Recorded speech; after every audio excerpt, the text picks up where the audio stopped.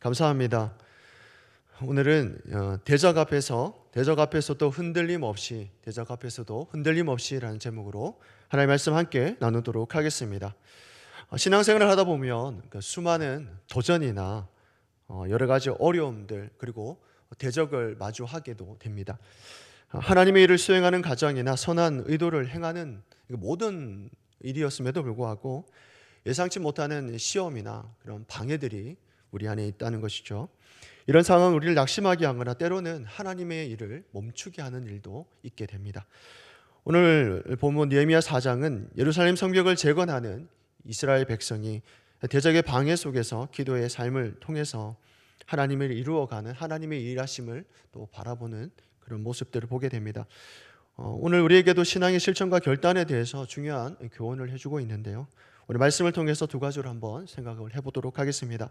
말씀을 통해서 알 수 있는 것이 무엇일까요? 첫 번째는 조롱과 방해 속에서도 기도는 해야 한다라는 겁니다. 조롱과 방해 속에서도 기도는 해야 한다라는 것입니다. 이스라엘 백성이 성벽입니다. 성벽 재건을 하고자 하는데 시작을 하고 있는데 주변의 대적들이 분노하는 거죠. 분노하면서 조롱하기 시작을 합니다. 느헤미야 4장 1절과 2절입니다. 함께 읽도록 하겠습니다. 시작하겠습니다. 산발랏이 우리가 성을 건축한다 함을 듣고 크게 분노하여 유다 사람들을 비웃으며 자기 형제들과 사마리아 군대 앞에서 일러 말하되 이 미약한 유다 사람들이 하는 일이 무엇인가? 스스로 견고하게 하려는가? 제사를 드리려는가? 하루의 일을 맞추려는가? 불탄 돌을 흙 무더기에서 다시 일으키려는가 하고. 아멘. 산발랏은 유다 백성을 향해서 이 미약한 유다 사람들이 하는 일이 무엇인가 라고 하면서 비웃었습니다. 또 3절에 가보면 또 도비야라고 하는 사람이 그들이 건축하는 돌 성벽은 여우가 올라가도 곧 무너질 것이다 라고 비웃고 조롱하게 되는 것이죠. 여기에서 이제 사용하고 있는 미약한이라고 하는 단어를 찾아보면 단순한 연약함이 아니라 무력함, 보잘것 없음을 나타내는 단어입니다. 이는 하나님의 백성이 가진 의지를 그냥 꺾어 버리려고 하는 그런 사명을 무시하려고 하는 그런 의도를 가지고 있죠. 대적들의 특징을 보게 되면 위협적이기도 하겠지만 무엇보다도 하나님의 사람들로 하여금 어떻게 만들고 있습니까? 무기력하게 만든다는 겁니다. 무기력하게 만들고 힘이 없게 만들고 이게 더 무섭게 느껴지는 것이죠. 오늘날 우리의 삶에도 보면 하나님의 일을 감당하려고 할 때 때로는 하나님의 선한 일들을 이제 감당하려 할 때가 있습니다. 그때 주변의 사람들의 부정적인 말과 조롱이 때로는 우리를 낙담하게 하는 것이죠. 낙심하게 만듭니다. 신앙생활하면서 제일 무서운 것이 낙심하는 것 같습니다. 낙담하게 되는 것. 하지만 이런 조롱이 종종 하나님의 계획이 내가 지금 하나님의 계획 가운데 있구나 하는 그런 의미도 되기도 합니다. 때로는 우리가 하나님 앞에서 선하게 살고자 애를 쓰고 있는데 환경이 그리 좋지 않게 흘러갈 때도 있지 않겠습니까? 그때 낙심하게 될 때도 있는 것 같습니다. 그래서 낙심하지 마시기 바랍니다. 왜 그렇습니까? 하나님의 선한 뜻이 그 가운데 있기 때문에 그렇죠. 분명 하나님의 선한 뜻이 그 가운데 있습니다. 내가 선한 일 가운데 선한 마음으로 하나님의 일들을 감당하는데 대적의 방해가 있고 낙심하는 일이 있다 하더라도 우리가 낙심하지 말아야 될 이유가 하나님의 선한 뜻이 우리 가운데 있기 때문에 그렇습니다. 그렇다면 이 대적의 조롱과 방해 속에서 우리는 어떻게 해야 할까 하는 것이죠. 느헤미야 4장 우리 4절입니다. 우리 함께 읽도록 하겠습니다. 시작하겠습니다. 우리 하나님이여 들으시옵소서. 우리가 업신여김을 당하나이다. 원하건대 그들이 욕하는 것을 자기들의 머리에 돌리사 노략거리가 되어 이방에 사로잡히게 하시고. 아멘. 느헤미야는 이러한 조롱에 대해서 그가 감정적으로 막 그들을 대적하거나 하지는 않습니다. 어떻게 합니까? 그는 우리 하나님이여 들으시옵소서. 우리가 업신여김을 당하나이다 라고 하나님 앞에 나와서 호소하고 있다는 것입니다.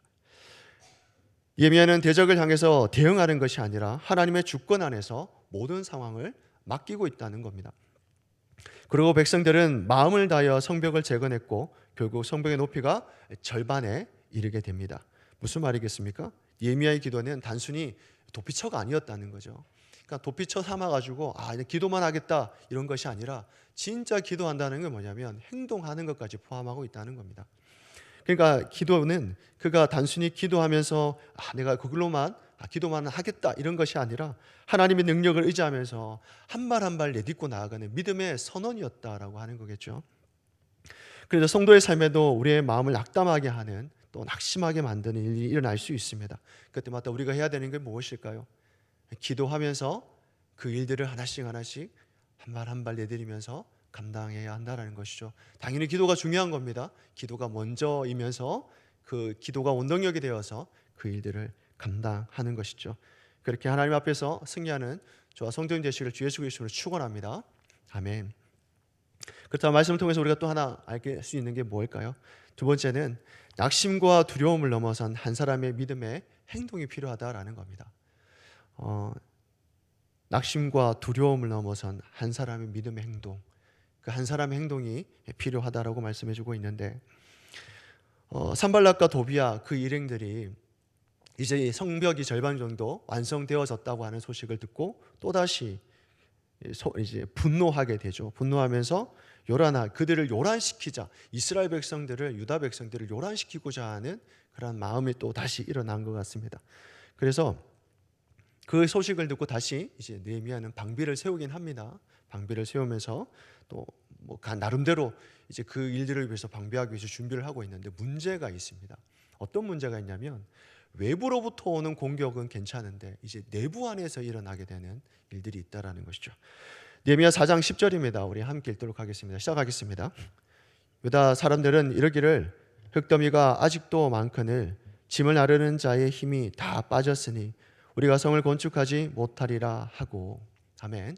오늘 본문을 보니까 외부의 방해뿐만 아니라 내부의 낙심도 큰 위기였다라는 사실을 알게 됩니다. 당연히 외부도 당연히 공격하면 무섭죠. 그러나 가장 큰 위기는 내부 안에서 일어나는 것이다라는 것입니다. 일부 백성 중에 흙 무더기가 아직도 많거늘 짐 나르는 자의 힘이 다 빠졌으니 우리가 성을 건축하지 못한다라고 하면서 좌절하고 있습니다. 당연히 그럴 수 있겠죠. 내가 생각하지 않은 일들이 일어나게 될 것이고 원치 않는 길로 가게 될 때 당연히 우리의 마음이 낙심하게 되고 그뿐 아니라 공동체가 낙심하게 되는 거겠죠. 낙심은 방해보다 더 큰 위협이 될 수 있다라고 했습니다. 가장 큰 위협이 우리 안에서 일어나는 것이죠. 외부는 괜찮은 것 같습니다. 어느 정도 우리가 밀집하면 이겨낼 수 있는데 우리 안에서 일어나는 위협은 가장 무서운 것 같습니다. 그런데 느헤미야는 이런 상황에서 그들을 종족별로 무장시키고 이렇게 말하고 있습니다. 너희는 그들을 두려워하지 말고 지극히 크시고 두려우신 주를 기억하라.